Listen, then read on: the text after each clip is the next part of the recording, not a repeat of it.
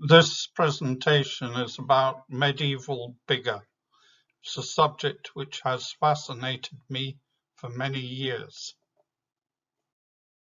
This is a picture of a sculptured cross found near Biggar, belonging to the Dark Ages. It was found at Kirkhill Farm, which is on the road to Broughton. It dates to the 10th century. However, there are indications that Biggar had origins going back to the Saxon times. There was a St. Biggar who was venerated at Kilbucko near Biggar, and some people think that the same female saint gave her name to Biggar. Another suggestion is that Biggar is derived from Celtic word meaning soft land.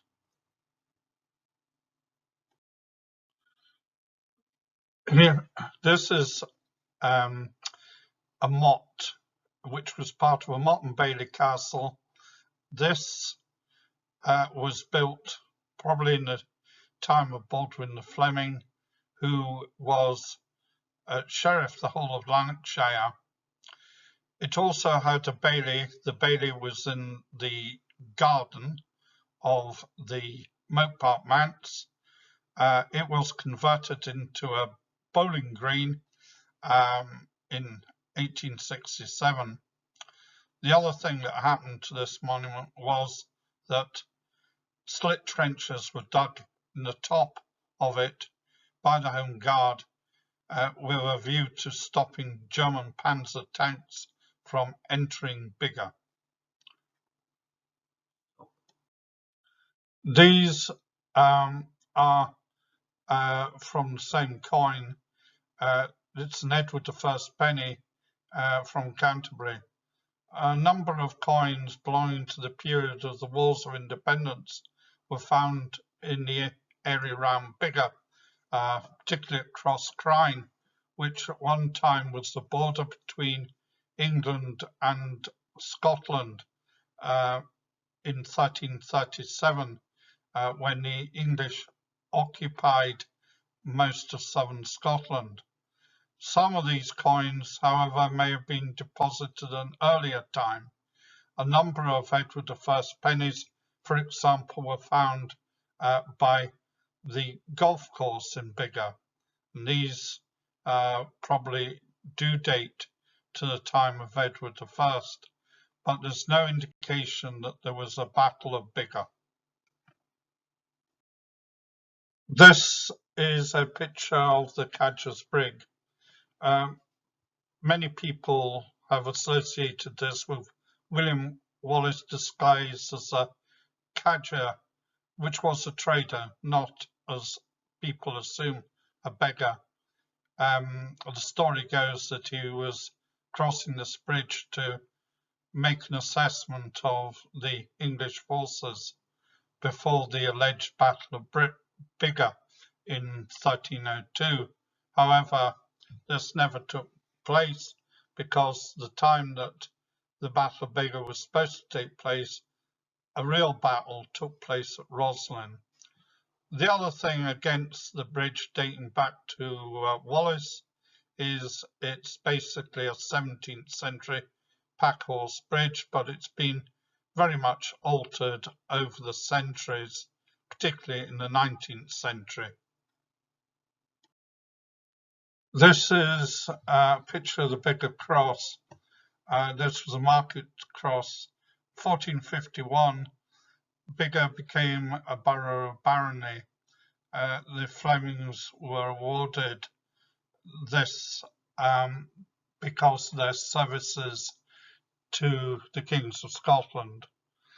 The hill on which this cross was erected was in front of what is now the Corn Exchange. The cross was severely damaged in 1820 during the celebrations to mark the coronation of George IV. The surviving bits were gathered up and put in the Corn Exchange in the gable. As for the mound, it was taken away. underneath the mound was found a Roman coin. It was alleged to be a gold aureus, but that's disappeared. Nobody knows really what happened to it. But certainly the story is interesting. Here is an old view of the Collegiate Church of St Mary's in Biggar. Incidentally, the Church of St Mary's Biggar was not always known as St Mary's. Before it became a collegiate church in 1547, it was actually known as the Church of St Nicholas, which does make things rather confusing.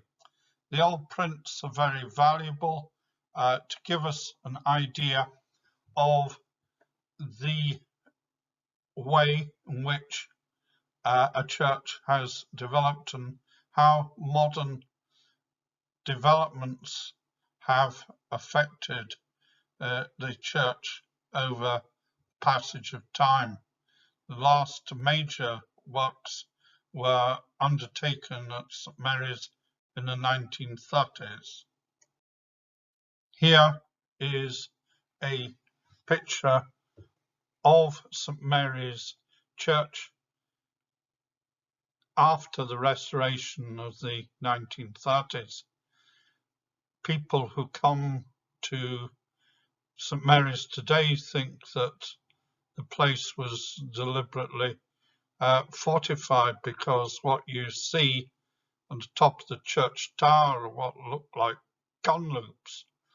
And one could be forgiven for thinking this, because the collegiate church to some extent was set up as a result of the murder of Lord John Fleming while he was out hawking and hunting by the Tweedy family. The Tweedy family had to pay a very massive fine for this. Initially, they paid to set up a chantry chapel, and then they had to pay further money to help Malcolm Fleming set up the collegiate church. Unfortunately, Malcolm never saw the collegiate church completed because he was killed at the Battle of Pinkie in 1547, the date that much of the work was complete. This is a rare survivor of something to do with the early church here in Biggar, the old Church of St Nicholas, and this tombstone with a quatrefoil cross is reckoned to be of the 14th century, probably somewhere around about 1280, 1300. Biggar was a town which had the misfortune to change hands a lot because of its proximity at one point or another to the English border. Indeed, several years after the Battle of Bannockburn, near 1318, Edward II was here in Biggar.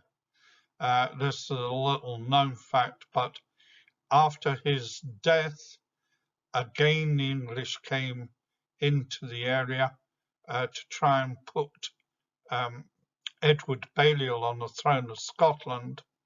This they failed to do, but they seized most of the southern upland area and made the English border just south of Biggar.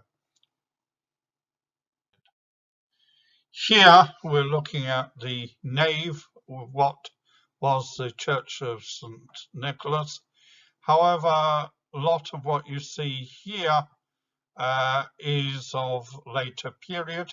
You can see one of the windows, which is typical of the 16th century additions, which were made when St Nicholas was turned into the Collegiate Church of St Mary's, and you can also see a 19th century porch, and you can see a window on the left of the porch, which belongs to the 17th century. In the 17th century, a lot of alterations were made to the interior of the church because, of course, in the 17th century in particular, as a result of the Reformation, a lot of things were taken out of the parish churches which were thought to be of a papish nature. This is a plan of the Collegiate Church as it was in the 1880s. This drawing was done as part of a publication known as the Ecclesiastical Heritage by McGibbon and Ross. McGibbon and Ross's work, which covered several volumes, is very interesting. It covers all the churches in Scotland really up until the middle of the 16th century, plans and detailed descriptions written round about the 1880s.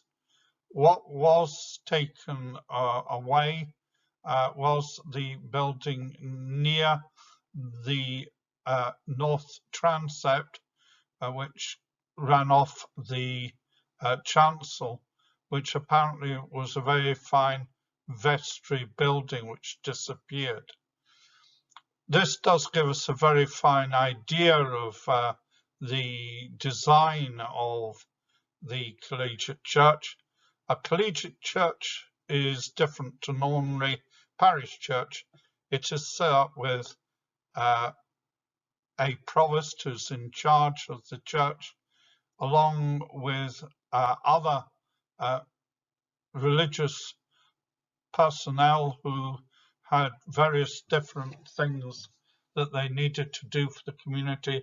One would be in charge of an old people's home, another would be in charge of education.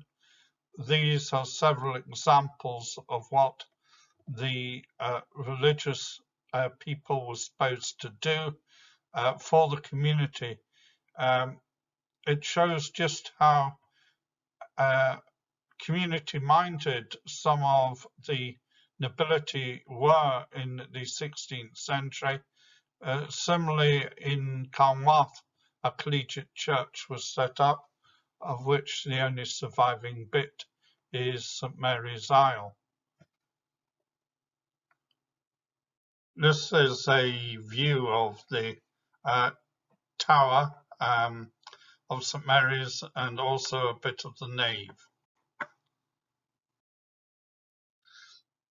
This here is a view of the chancel.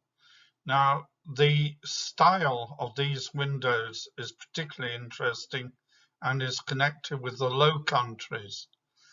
At this time, Scotland in the 16th century had a lot of connections not only with France but also the Low Countries, and churches like this were being made in what we know as Holland and Belgium today, but in those days it was known as Flanders. In fact, to be precise, it was part of what was then known as Burgundy. This is a view of the east end of the church, a reflection of the graveyard as well included. This here is of great interest to me because the style of architecture is similar to that of the Province Lordship and other such buildings in Glasgow, which were linked with the priests who served Glasgow Cathedral. This particular one has not been identified specifically as a 16th century building, but there are some interesting clues.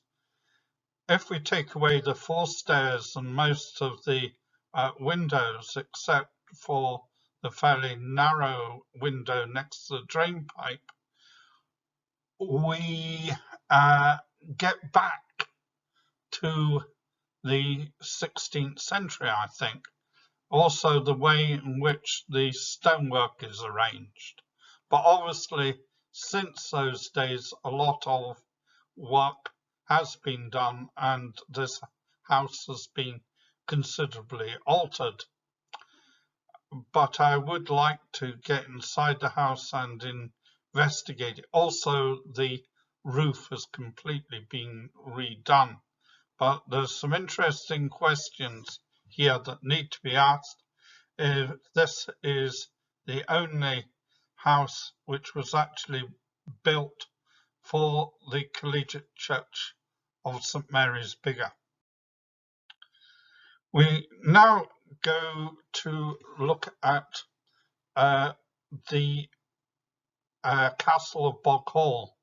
Afraid this particular map, it looks a bit out of focus, I'm afraid, but it does show the Castle of Boghall, which is shown actually basically in two separate drawings. On the left-hand side of the photograph, there's a tower house, and then on the right, there is a number of towers which really more or less represent Boghall Castle in 1596 when this plan was drawn. When exactly the Flemings moved here is an interesting question. We had really left Biggar and the House of Fleming the time of the Wars of Independence, the early part, but one of the things that has not as yet been covered is the fact that the Flemings played a close part in installing the kings of Scotland, the Stuarts.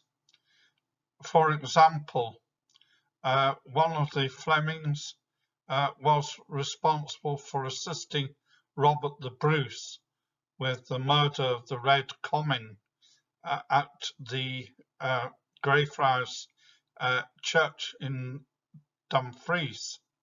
And it was on this occasion that he uttered the famous words "Al Mac Sicca" as he plunged his dagger into the body of the dying Comyn who had already been attacked by Robert the Bruce.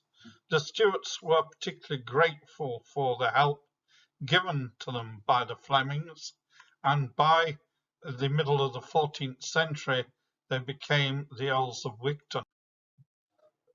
This is a drawing of Boghall Castle, which for many years was the principal residence of the Flemings until in the 16th century Cumbernauld Castle became their principal residence.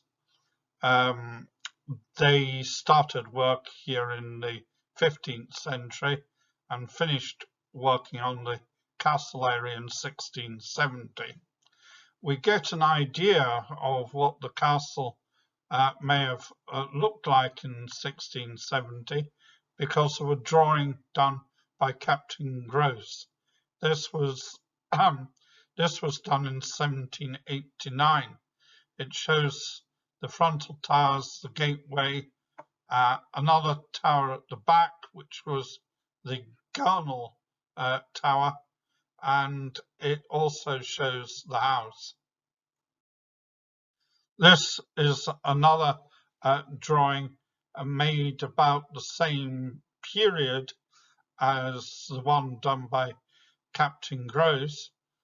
This drawing was done for an article, I believe, in the Scots magazine. It does show the house built in 1670 as being in pretty good order in the early part of the 19th century. It was used actually as a place for keeping French prisoners of war.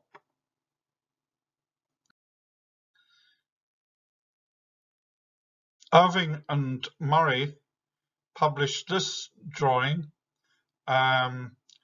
which shows the gunwale tower, as it's known, which is at the back of the castle next to the house, and it also shows the gatehouse and the two frontal towers, and also a bridge. But there are some inaccuracies in this drawing. It was done for a publication done by Irving and Murray in 1867. What was never revealed in any of these drawings was the presence of a L-shaped tower house. This was discovered during the excavations undertaken by myself with the assistance of pupils of Biggar High School, and this revealed that they built an L-shaped tower house before the walls around the castle, and this L-shaped tower house dates to round about 1400.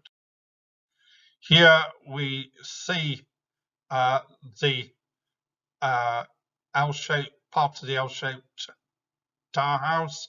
We also see the toilet, and it was near the exit of the toilet that we made to find which dated the tower.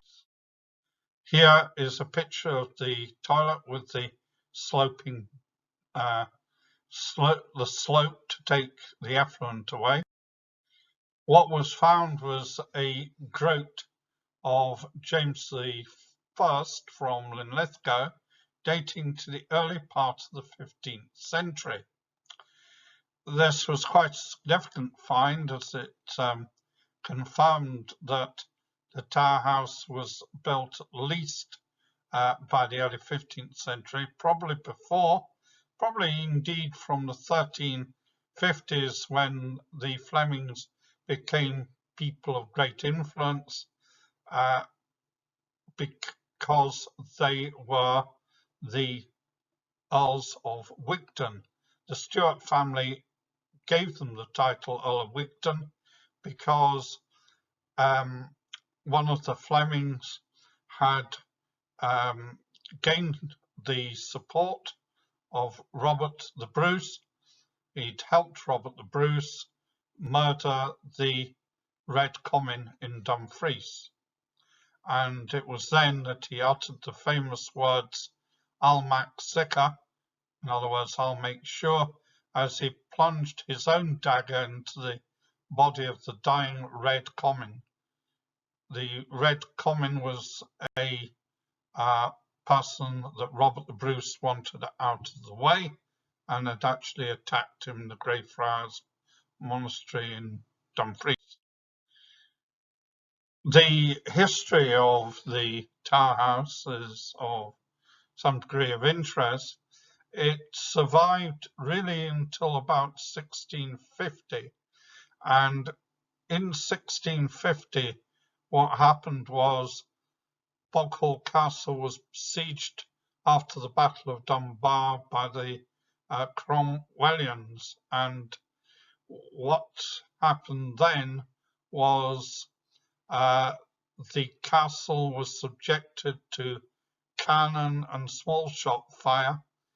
We did find one cannonball during the excavation of the gatehouse, and it's during this siege that some coins were lost, and this was one which was found on the site of the Tower House, which presumably was demolished after the siege. This picture shows some of the children working on the gatehouse at Bogghall Castle, and you can see in the background part of one of the towers. The other tower on the northern side of Bogghall Castle one time stood quite high. You can see it was a two-storied effort, and you can see the gun loop as well, but now all you can see are the foundations of this tower. It collapsed in the early part of the 20th century. This is a picture of the excavation of the house, which dated back to 1670. This house was demolished round about 1820, but not before. It served as a residence for French prisoners of war during the Napoleonic Wars. This is a postcard of the remains of the staircase of Bogghall Castle, dating to 1670. This plaque came from the staircase and was removed from there over to one of the northern towers, and it is the Fleming coat of arms. At this point in time there were the Earls of Wigton. For some time they did lose this title, but then they regained it. But the line of the Flemings,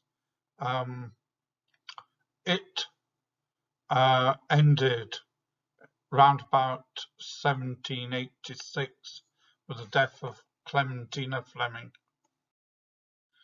Here are some of the pottery that we found during the excavations at Bogghall. We also found bits of wine bottle and so on. All of these things were basically 17th century in date. Here is a clay pipe which is assembled from bits and pieces that we found. On the bottom of the clay pipe, the bowl, is a symbol which shows that this was a Dutch clay pipe. These clay pipes were brought in to Scotland at Leith, and they were purchased by the barrel. They were very small, the bowls, because tobacco was very expensive in the early 17th century. This piece of pottery on the left is known as salt glazed pottery. In fact, both of the pieces of pottery are examples of that. Some of this pottery was actually imported from Germany. We found many coins in the excavations. Some of these were turners. The turners were tuppenny pieces, Scots, and they really were the most common coin in the whole of Scotland. They were used, for example, for buying a clay pipe. They were the equivalent of an English farthing. The letter CR on it shows that it was struck during the reign of Charles I. We found other small coins, some of which went back to the times of James VI. We also found French coins too, which dated to the 1630s, to the reign of Louis XIII of France. These were known as double tournois. Here is another view of the excavations done from 1976 onwards, and they went on for 12 years. This is the end of the slideshow.